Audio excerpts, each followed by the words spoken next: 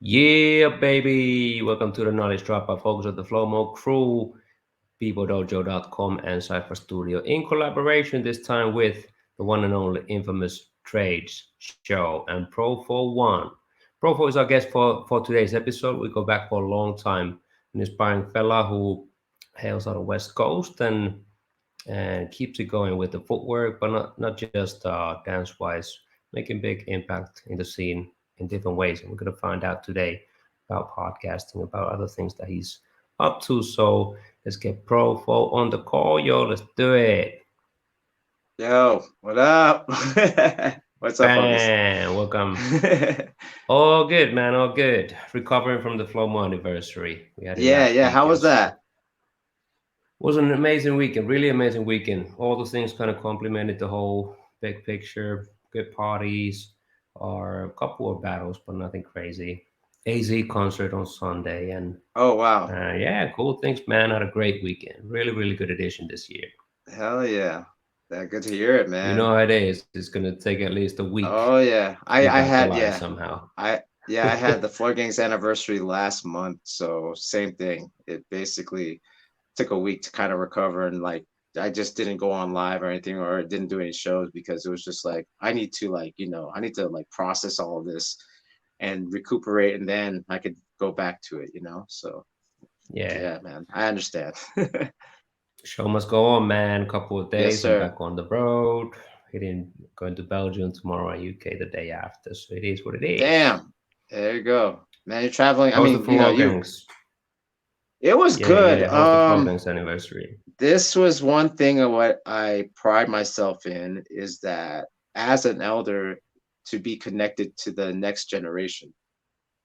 And what was really crazy was Doom, which is basically family with Dino. He won the footwork battle. And like that, when we had the first US Floor Gangz Anniversary in 2018, Dino won it, right? The footwork. And then now, years later, his stepson basically wins. So it's kind of like that Ooh, was dope. Doom won. And then and the winners were Elephant Graveyard and Cypher State, which is Jihad, who's in Cypher State with Dino and them. But Elephant Graveyard's a newer crew, and the great thing about this year was that top eight I would say semifinals had no one over 30. So it was all like okay. really newcomers in the game, like from Canada, like Stray Path and yeah, like some of the other guys that were just from around. And it's just because I still battle, so what keeps me in the game is these young guys and girls that they inspire me.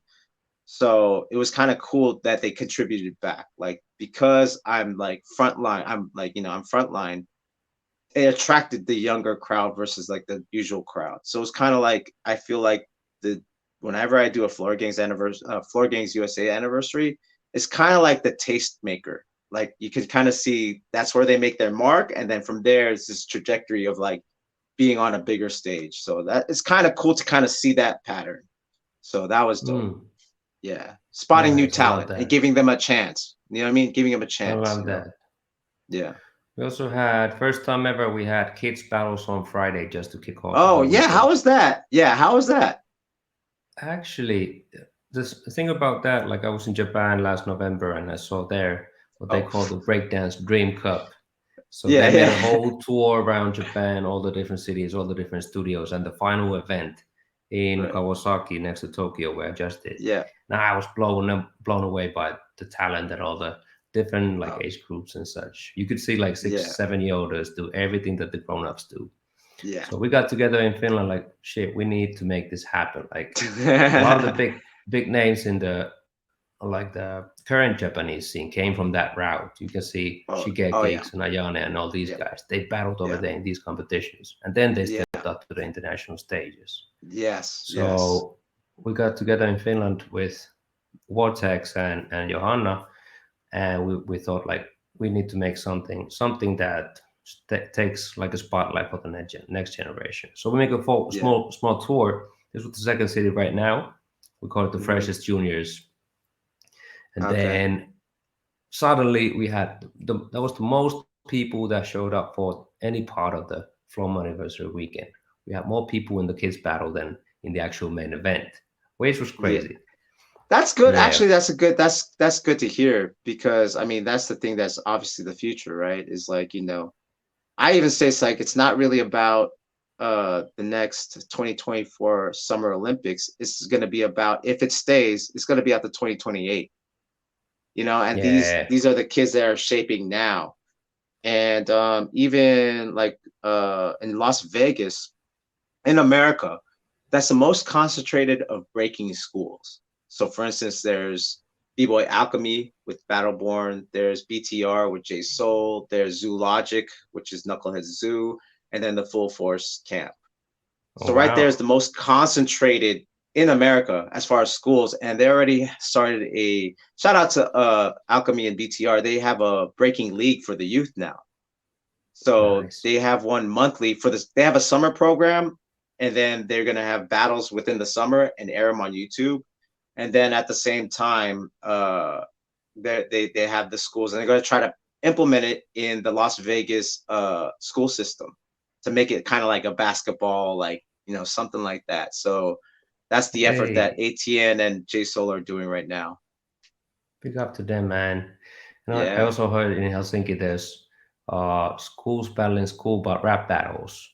Oh, So that's that's cool. the generation that's happening right now. Like official Yeah. school versus school rap battles going That's down. crazy, New man. Like generation. we definitely don't have that in America, but I remember when I went to Mexico in December, like they take it serious, they take the rap battle serious. And it's like, whoa, like instead of thinking of like here it's about album sales and like Spotify Mm, streams, and it doesn't matter the content, it's just can you attract as many as you can, and I'm a winner. And it's not necessarily about skill, right? It's just yeah. what's quote unquote cool at the moment. That's just here in America.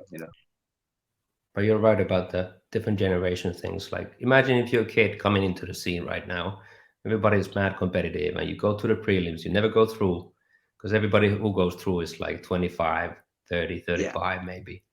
yeah, And that gap is big. So we gotta, as yeah, promoters, as people who make jams, we gotta think about our next generation, our youth. Try to make yeah, something like a stepping stone so that they can yeah, work their way up to the big yeah. stages. So here's something I want to ask you, because, and this is no disrespect to the kids in America, and as far as that are breaking, but the truth of it is that there is a big disconnection with hip hop, with the 11-year-olds, with the 12-year-olds. Like they go to breaking schools, but then because now it's like gonna be in the Olympics, like there's this goal that's competition, right? Do you have any of those challenges in Finland as far as with the kids? Is there a separation to hip hop, or do you guys try to implement hip hop into at the same time as they're learning about breaking? Yeah, that's a responsibility for the teachers, and it's easy to go for the fact that okay, let's try to work on the moves, and you're gonna want to learn your windmills or whatever. But Yeah, it's really the responsibility of the teacher. Like sit the kids down and say, "All right, listen up, guys. There's more to it than just the head spin or the flip." right, right, But right. yeah, I guess that separation is everywhere. Even Yeah, last weekend, like we had an OG Helsinki DJ spinning at the after party, anonymous who made made some of the biggest parties in the 90s, early 2000s, brought a lot of MCs in the country, did the biggest record store or most important record store lifesaver in Finland basically, and then stepped away for a couple of years. hmm. And now I had everybody asking me who's DJ Anonymous. I'm like, what's up, guys? This is the cool Herc of Finland. You shouldn't be having this conversation, guys.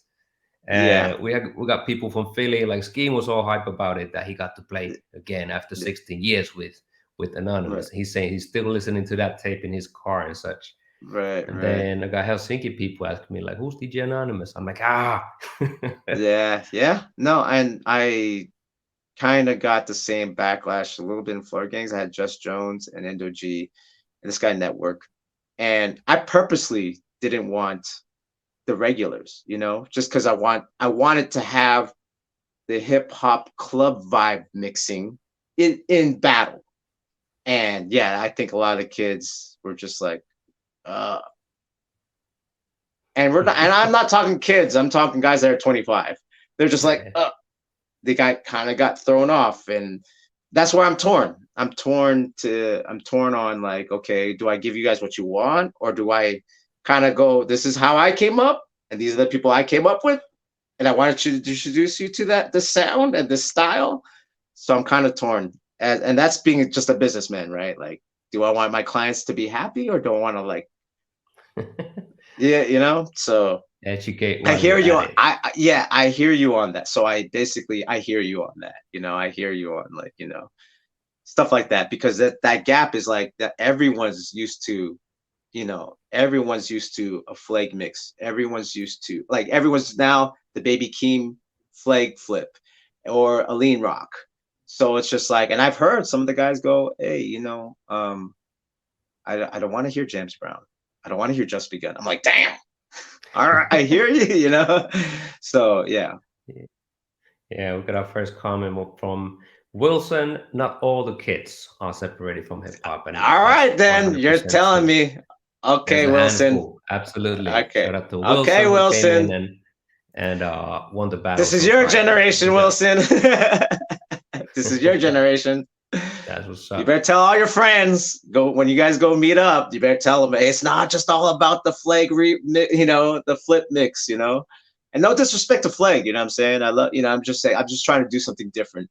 Because it's a lot like competitions is a lot like the radio now, or how the radio used to be.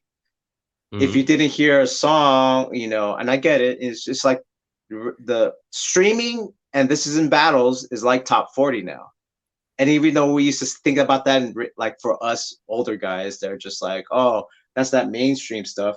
Breaking has this become like this kind of like, well, there's this mainstream and underground thing going on. And the more and more it's going on like this, and more of the events are bigger events go like this, these smaller events don't get as much, recognition. Actually, I think they get more recognition for guys like that are older like me and you versus like, someone that's like 18. They're kind of like still chasing the big stage, your breaking for golds, or your freestyle sessions and your Red Bulls. And we definitely have this symbiotic relationship that we still need to be cohesive with each other, even though our goals are different, like the community events versus like, the future sports athlete events.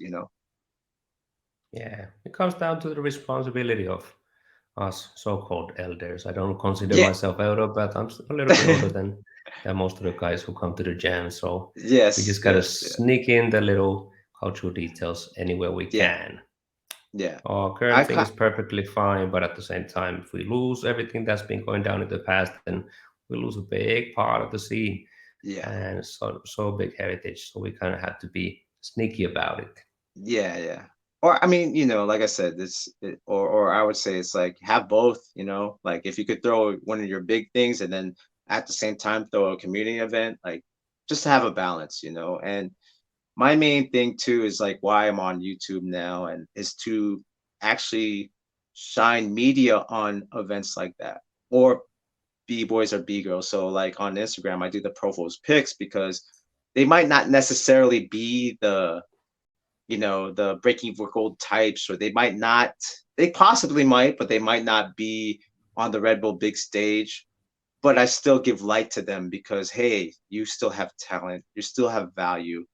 And if I could do it, if I could create my own multimedia company and shine light to them, why not? Because everyone else is getting the shine anyway. So, and it's like I think that's another reason why the kids liked me, because I'll do that for them. I'm like, hey, you know what? You're appreciated. And and they're like, dang, I didn't even notice you noticed me. I'm like, well, yeah, it's like the cosign, right? Yeah, So just that's yeah. lifting people that deserve it. Which Yeah. other things you have going on? You have the Profos picks, you have the trades Mm-hmm. show. Mm-hmm. Can you explain for the people who don't know your past or know your current things? What's going down right now with your content space?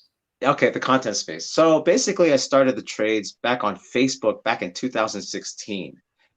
And the reason why I came out with the trades, to be honest, was on Facebook, everyone's arguing and typing about whatever they were talking about.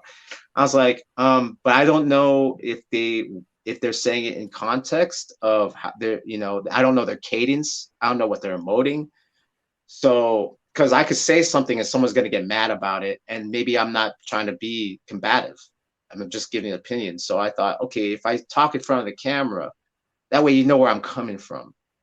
And I don't like typing, I like to have conversation. So it started with that, and it kind of like went from there. Then I started doing interviews on Facebook, and then like around the COVID time, around the pandemic, I kind of stopped and concentrated on me. I got into the workout thing more. I got into jump ropes and stuff like that. So I concentrated more about me.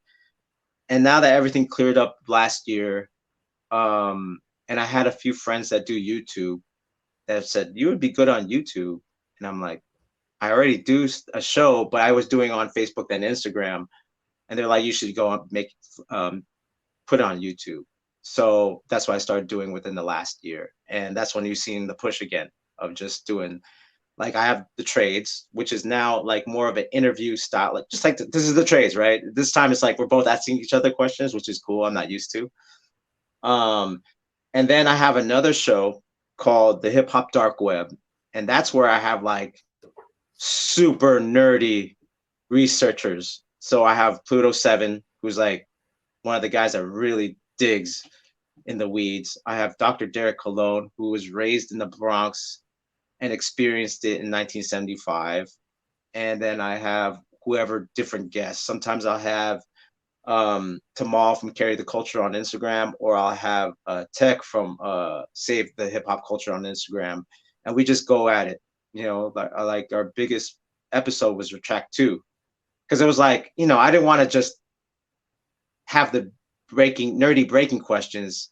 These guys had different questions of like, what part of the Bronx were you in? And like, that's what I'm saying. Like, what type of shoes you're wearing? Like, they went in. And that was like the whole point of that, is to like, we'll bring a guest on, or we'll have a topic where we just go at it.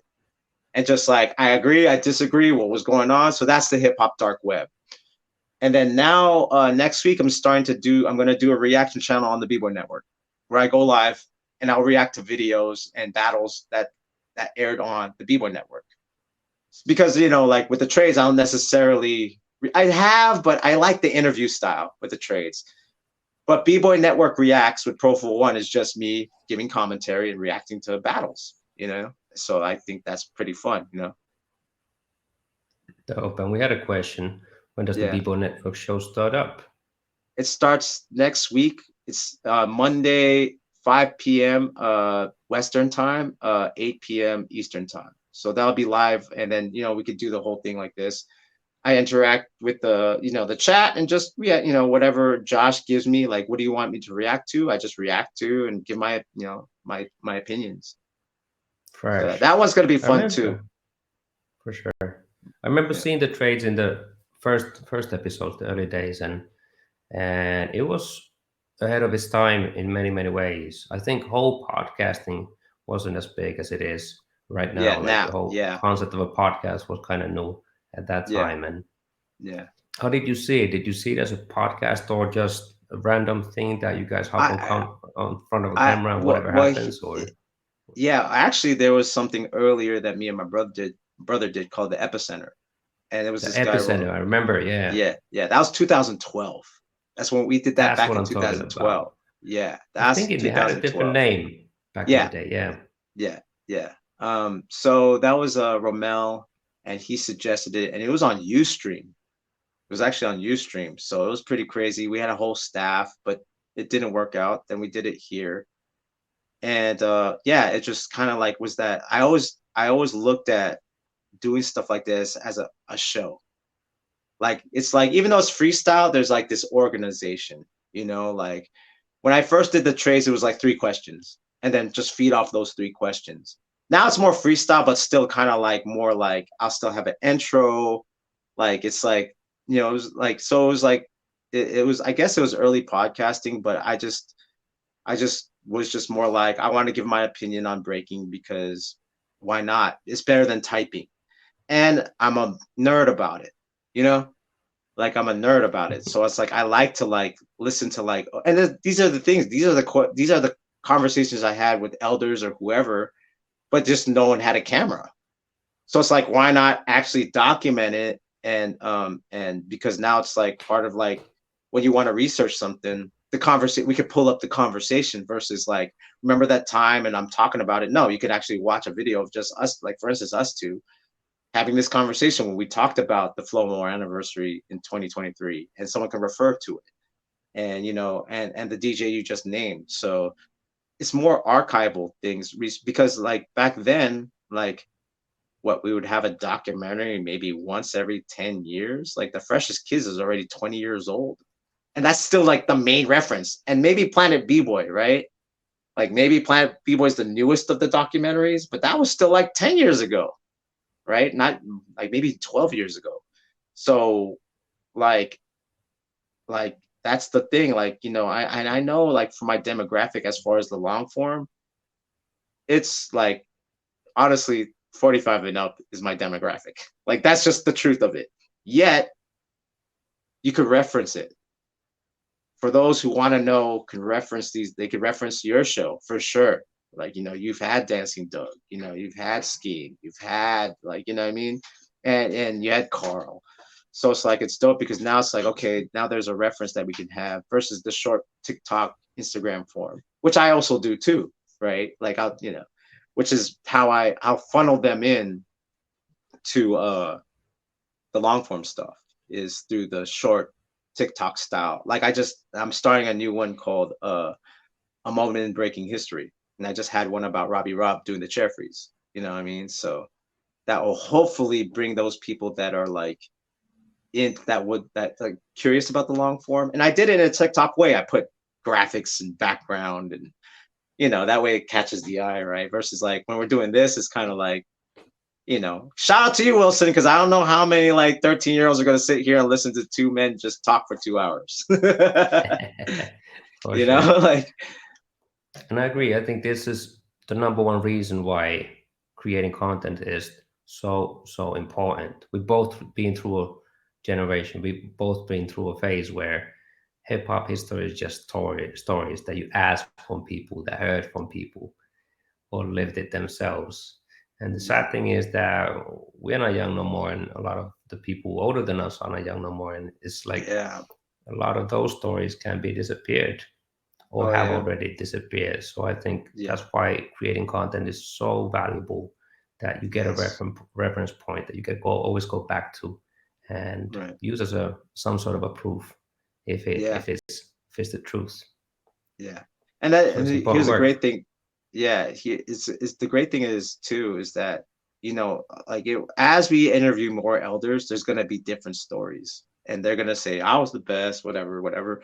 But as many as we could like you know kind of like all the interviews we come up with there might be this line of like where they all agree upon someone and that's where it's like we're really digging like we're really like archaeologists right like we're really like going through it and see okay so maybe that's not true maybe it's exaggerated truth but at least it's like okay we find some type of middle ground there's some truth there you know what I mean and that gives us a better idea because you know, you know, like as Pluto said, and I believe you are too, is we're researchers. That's what we are. We're researchers. We're researching, and like there's always new information coming up.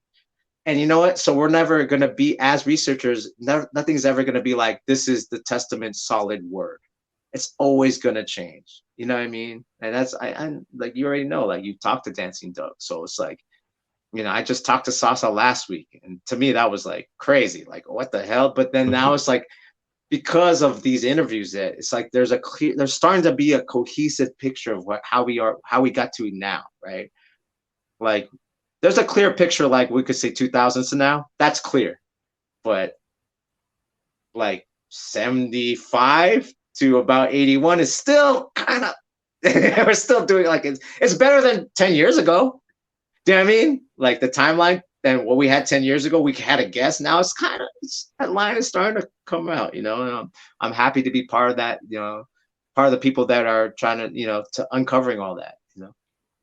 Yeah, cool findings that you've been doing along the way. Like I saw the post about the footage from 1974 the Yeah. earliest breaking footage possibly Yeah. ever Possibly out breaking there. foot. Yeah. Yeah. Yeah. Can you Yeah. tell the Sasa. people who haven't seen it? Yeah. So basically, I found this clip 13 years ago, actually, and I was in the Philippines. And I don't know, I was searching, I don't know, funk, New York City, and it was Casablanca Records, which I believe is the same company as Kiss, the rock band Kiss. So I guess they produced or they distributed George Clinton's music. So this was a promo that was in New York.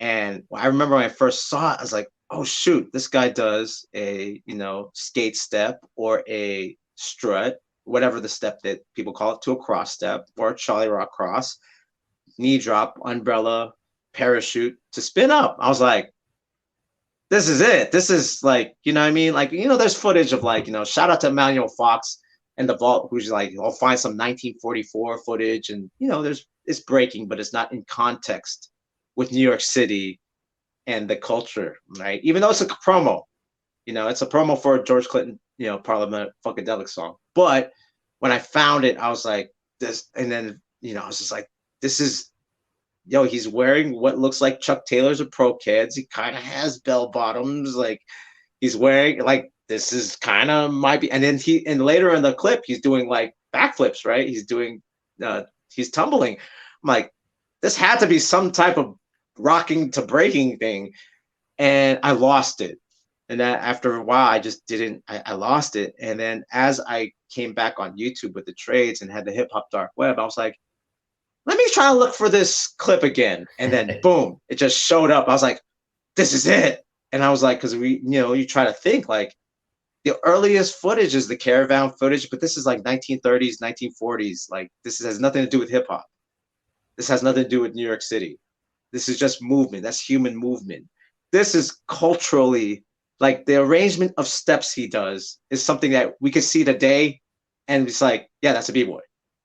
So I was just very happy of finding that. And when I showed Sauce, I was like, that was it. That's the move I flipped 40 times. I was like, cool. I was like, confirmation. All right, dope. There you go. So dope. Yes. Yeah, man. And the cool thing So that, about like being connected to a record was that you actually get a proof of the year. If you find that record, you can see a because stamp it of the said year over 19. there. Yeah, because it says 1974 promo for this song. So it's like it's documented. So it's not just a guess. Wow. Like, yeah. So yeah, and I'll put that up on my YouTube again on my community tab if everybody wants to check that out. So Yeah, everybody go and check it out. You can find it on YouTube and everywhere.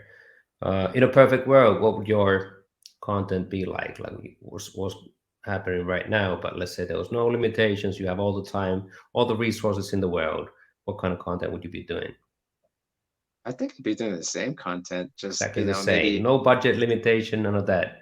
I mean, the budget would be like better camera, right? Like maybe I would use a different thing. I would have a staff to actually pull up, a lot like the Joe Rogan thing, right? Like I won't be the one pulling up clips. There'll be someone else pulling up clips, and there would be an elaborate set where it's like, now make it look nice, where it's like, and multi-cam,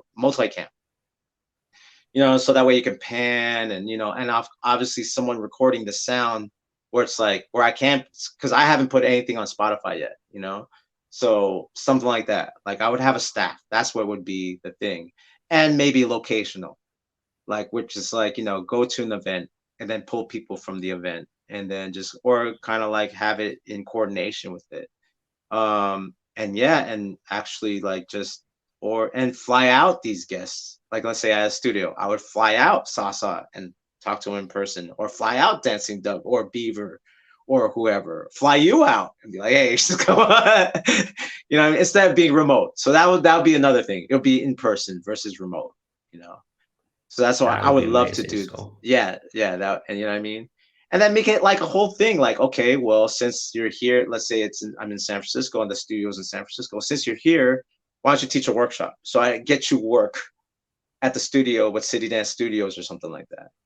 And then make yeah, that a whole thing, right? Like I would set you up, maybe even throw a competition since you're here and have you judge it or lecture or like multiple things than just the actual dance, right? Or it can be educational. So that would be the dream right there, is to fly people out. and have them make money and do the show, and yeah, have the whole thing. Yeah. Hopefully things will keep growing. Yeah, And it man. looks like that there's a definite possibility it will happen. So let's Yeah. keep this thing going while we add it. Yeah. Hmm, For sure. For cool. sure. For Any tips sure. for other content creators? Anybody who's dreaming about a podcast or simply hesitates to start Okay, making so content? this is one thing that me and Ark from 808 Breakers, who's in Floor Gangz as well, we talked about this like a long time ago. When I first started meeting up with them, we talked about marketing strategy. And obviously for Ark, it has worked. As obviously for Hijack, it has worked. They listen to the things I've said, and it's very counterintuitive to when you were a b-boy coming up in the 90s or 2000s, which was keep it secret. Keep it secret. Don't show anyone your style. Don't, wait to, like you gotta keep it secret so you can just snipe them because they're not ready for what they don't see. I agree to that when there was 20 crews in the world and there was only 5 events. At this point, and I think you know this as well, like when I did the prelim judge at Silverback in 2015 or 2016, there was 900 101 guys, and there was only 3 ciphers, so that means 300 each cipher, 5 judges, but we can only pick 10 out of 300. And at this point, nobody really sucks. If you really think about it, no one sucks. Back then, there was like this gap. This guy sucks. This guy's on top. Now there's guys who maybe have not good top rock, but good footwork and power. Or there's guys that good top rock and power and no good footwork. But it's still like, this is the case. And there's 900 of them. How are you going to stand out? And I predicted someone like Nico Castro, Nico Spins. I predicted him back in 2016. I said, there's someone that's going to post on social media and put himself through social media. And it happened with him. He posted every day, got his followers up. Then he started passing prelims. That's where he got stuck, though. But he eventually found out how to navigate after getting past prelims because of his visibility in social media. And that's why I told Ark and Hijack this. And everyone else is like, nah, man, that's not hip hop. I'm like, you could say whatever, it's not hip hop, whatever. But 2023, I see it. I'm proof of it. I'm proof of it because most of the guys don't know my past. Most of the guys that follow me, right, they don't know my past crew. They don't know my past awards. They just know what I'm doing now. And as someone said, I'm only as good as the last thing I did. I don't rely what I did 25 years ago. I rely on what I did, the battle I did Friday. I did a battle Friday. That's the last time I was good. So I rely on that. So I'm constantly creating. So the strategy is consistency online, and it's exposure, and it's self-promotion. And I have a joke like KRS-One was wrong. It's not skills. It is marketing and promotion. There's that one line, and which is like he says it's skills. It's not marketing and promotion. I'm like, I tend to disagree now. It is marketing and promotion because everyone is skillful now. Everyone. There's no one that sucks. Everyone's good, really. Okay. So I got to what 10K Instagram, and that's not through my past, it's through my now. And it's only and here's the thing, I didn't have to do anything that I didn't want to do, like meaning like I didn't do any trendy things for my social media. I just kept to what I liked. I didn't have to put on dance to Drake to make sure that I got people to go to the algorithm. No, it was slow.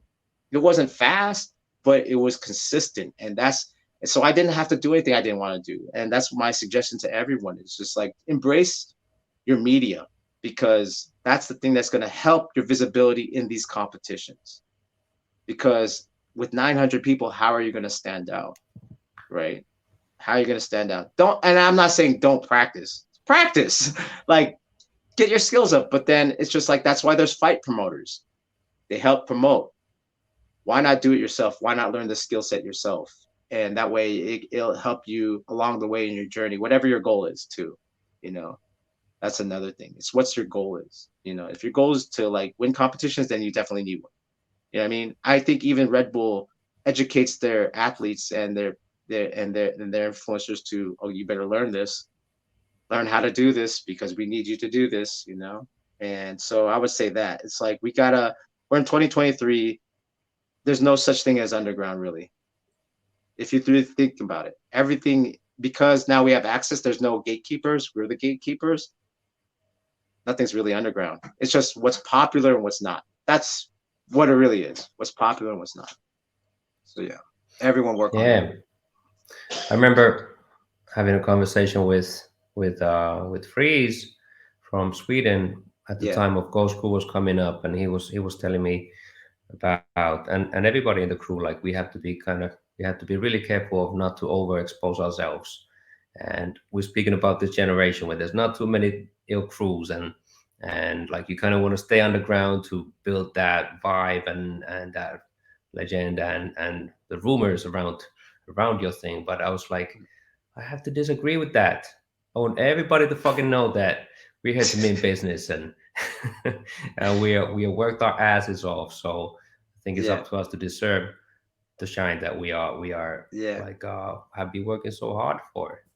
So at yeah, some point I felt like, okay, damn, I'm gonna just become my own marketing agency and own production company and try to make everything as high level as possible. So I'm gonna buy the better cameras, I'm gonna buy the good microphones and all, buy some lighting equipment, like learn the skills that it takes to actually present yourself in a way that you should deserve if you work right. really hard on your craft. Like if you Yes, work your ass off in the practice for years and years, decades, then why shouldn't all the other parts of your presentation be on point? yeah, That's something I don't and get. yeah, and especially now, where you know what, this is the truth, and this is experiment for anyone there, right? Do the same move, post it twice a week, your algorithm still won't get reach everyone, and no one will realize that you still did the same. You could maybe just change your clothes, do the same. No one's gonna realize it. That's how many people are out there, and how you're flooded at this point. They used to say, you know, you're 15 seconds of fame. Now it's like 2 seconds of fame. That's what it really is. So no one will even remember you doing something. They just remember that you were on, but they won't even remember the move half the time because they're bombarded with like 30 other clips. And once auto scroll got created, it was done for. Like no, everyone's gonna have short term memory. You know what I mean? Like that's just the case of it, right? So it's like I'm not saying repeat all the time. I'm just saying that there there's not really an oversaturation if you really think about it, unless you have like a million subscribers, which no b-boy has yet. Stas has a million subscribers, but no b-boy has a million subscribers, so there's no way you could oversaturate yourself unless you are like every going live every day and doing everything to like, you know, and still you're not going to reach your, you know, because the algorithm. So there, don't fear it. You know what I mean? Don't fear it because the right people will watch you, and that's what you want. You want the right people watching you. You want like your like minds watching you. You know what I'm saying? So like that fear is gone. Like yeah, there's too many practitioners at this point. I think Dancing Doug said that there's 30 million practitioners around the world. You're saying you're gonna oversaturate anything? You're barely gonna be seen, man, after with 30 million practitioners. You know? Yeah, gotta give a shout out to Lorenzo, people Lorenzo, for being one of the kids that used to see just posting ill practice footage before entering any of the major battles, and everybody noticing like, damn, this kid Yeah, knows the formula. yeah, And suddenly he yeah. got like 100,000 people following his stuff, and then you There you start seeing go. him in major events. Like he made his breakthrough Yeah, before stepping on a big stage, and that's the other way around that we used to. But I gotta yeah. give respect that he's seen the potential over there. He's simply working and grinding and making it happen. Big up. Here, yeah. Here's the thing. You know what it really is. See, the thing is, I've said this before, and I'll say it in your podcast. That way, it has, so people can, because I think your students understand this. What social media is you're in the 1970s with your crew shirt on and your name on the back.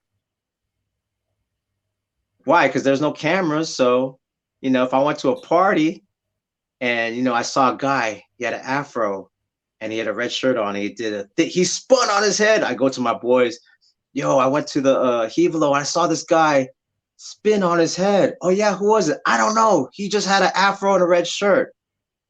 Fast forward 1977. Oh, I was at this jam, and this guy had the name Track 2 on his shirt.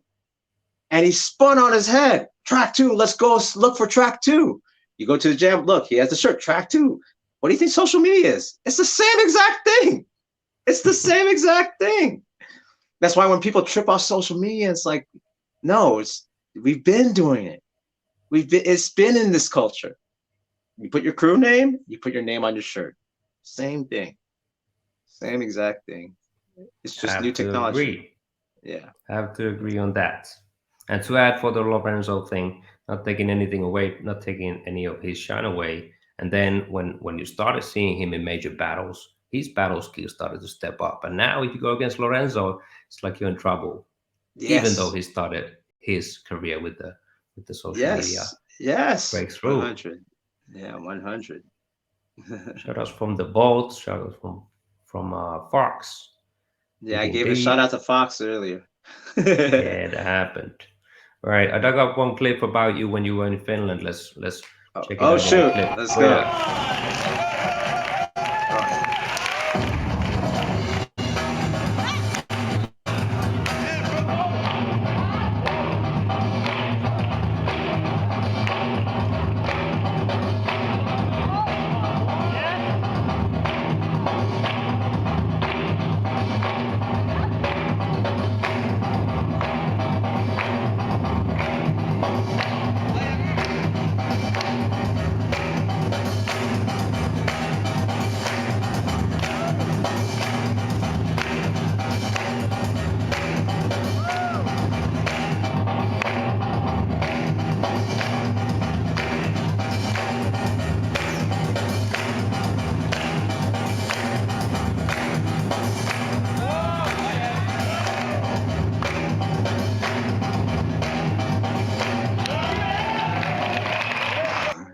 Yeah, man. That's one of my favorite clips, man. One of my favorite showcases right there. 2012, over 10 years ago. Yeah. And I have to tell you that when I was watching this, I was right after I judged the Dojo's Footwork Cup. You have a global footwork battle going on. I judged 75, 76 different people entering the battle. This was the clip number 77. And I was like, okay, this would have easily been in the people going through, and this is 11 years later. So it's like, all right, you've been on this trip for quite some time already. Yeah, man. Any memories from that trip? UK Champs Nordic Qualifier 2012. Oh yeah, that was cool, man. Like I was hanging out with you guys. I remember going to the park, just chilling. It was like a nice and sunny day. I didn't expect that in Finland. I was like, whoa, it's kind of warm out here. And just good vibes with the crew, like good vibes with staying at Hot's house, staying at your house. Building with everyone. It was like, to me, that's like what I'm saying. Like I like, it was a smaller event in some ways, but I like that because I got to know you guys better. You know what I mean? Like I got to know you guys better. So to me, that's what stood out, was like just the actual building with people. And I like events like that, I like the big events too, but I like events where it's like, where I get, because usually if you go to a big event, it's just like, okay, hotel, all right, after party, all right, cool, we're all hanging out, mingling and building. But then this one was more like, I got to see you guys' neighborhoods. I got to like go to see like what you guys do when you want to relax. So it was kind of cool to like, it was like, because it felt like, because it was a flow-mo thing. It felt specific. So it's like, to me, that's where I learned more about the people than just like when we go to the big events. It's like, it's a reunion with the big events, but this is what it felt personal. That's one thing I would say about that trip. It felt personal. And yeah, man, like it's dope because, like I said, like you're in a country that's like, you guys like have a scene. You guys impacted the world, but it's like a very small country. But it's like, again, it's because I think sometimes it's good when you're remote, like Hawaii. I feel like Hawaii is that now. Hawaii is that kind of the it place because of Melting Pot and the Summer Jam going there. Now everyone wants to go there because what Art kind of built, that kind of like that community of like, okay, because once he used to be my neighbor actually. That's how he kind of got down with the Oh, crew. He used to be my neighbor. Then when he, and he just gamed up. When he was here, he gamed up. He listened to, like, he watched, he listened to all the mentors, and he brought that knowledge to Hawaii. And then now Hawaii is like this place that everyone kind of wants to go to, like, because it's just like, well, what's the vibe out here? It's not just that we could train. It's like, no, there's a community out here. And I think that's what I would suggest, like, just like for your, like, like, just like for your event, like that just happened this past weekend, even for my event, just like, and Radical Force, it's because of the crew and the community. It's not that we're winning all these crazy championships, even though we've won. These are things that people know that they can come and gather and be like, okay, I want to know what the crew's about. I want to experience that. And I think that's what I think more crews need to do, that, because, and I always have this joke, like, and there's truth to this joke, which is, once Nike comes in and there's a Nike team and then there's an Adidas team, crews got to reevaluate how their approach is going to be, because you're not, like, even freestyle session last year in the finals, even those squadron Ruggeds versus Red Bull, you still had two Red Bull people in the squadron Ruggeds crew. So it's really Red Bull versus Red Bull. Like, so, no disrespect to Squadron Ruggeds, but I'm just saying, like, that's the future. That's what we're seeing in the major competitions.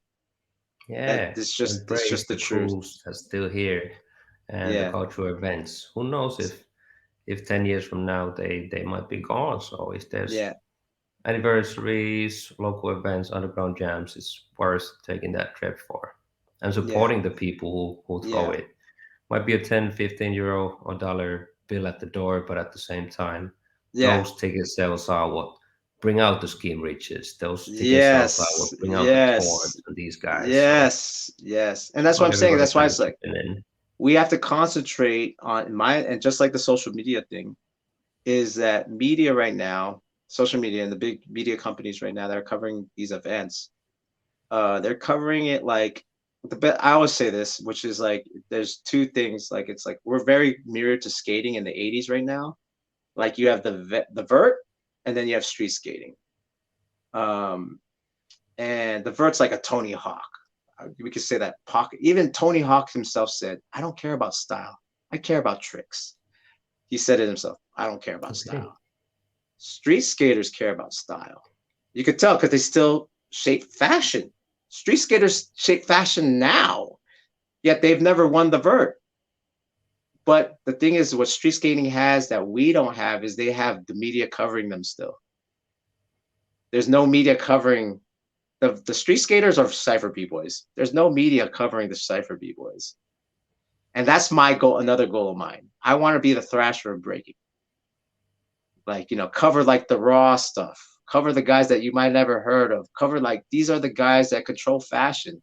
This is no disrespect to Pocket, but no one's trying to dress like Pocket, just like no one's trying to dress like Tony Hawk.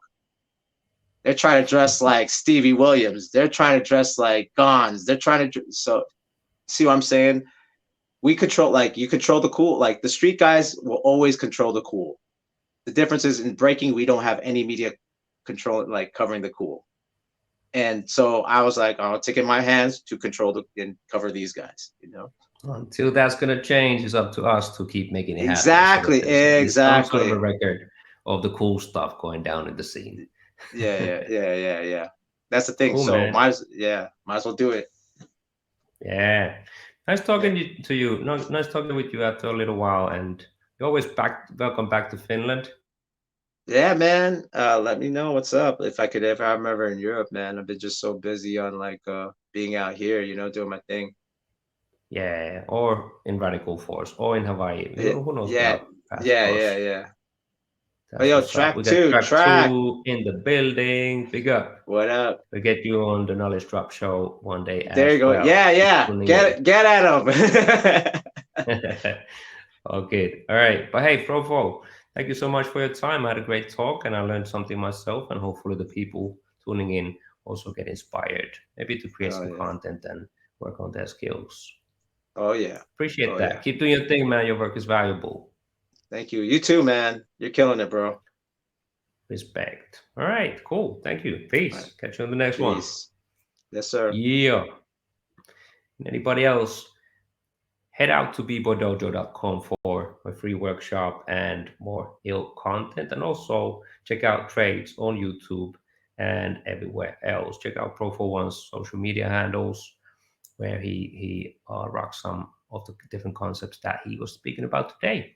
This is it, your Knowledge Drop and Trades Collabo show signing out.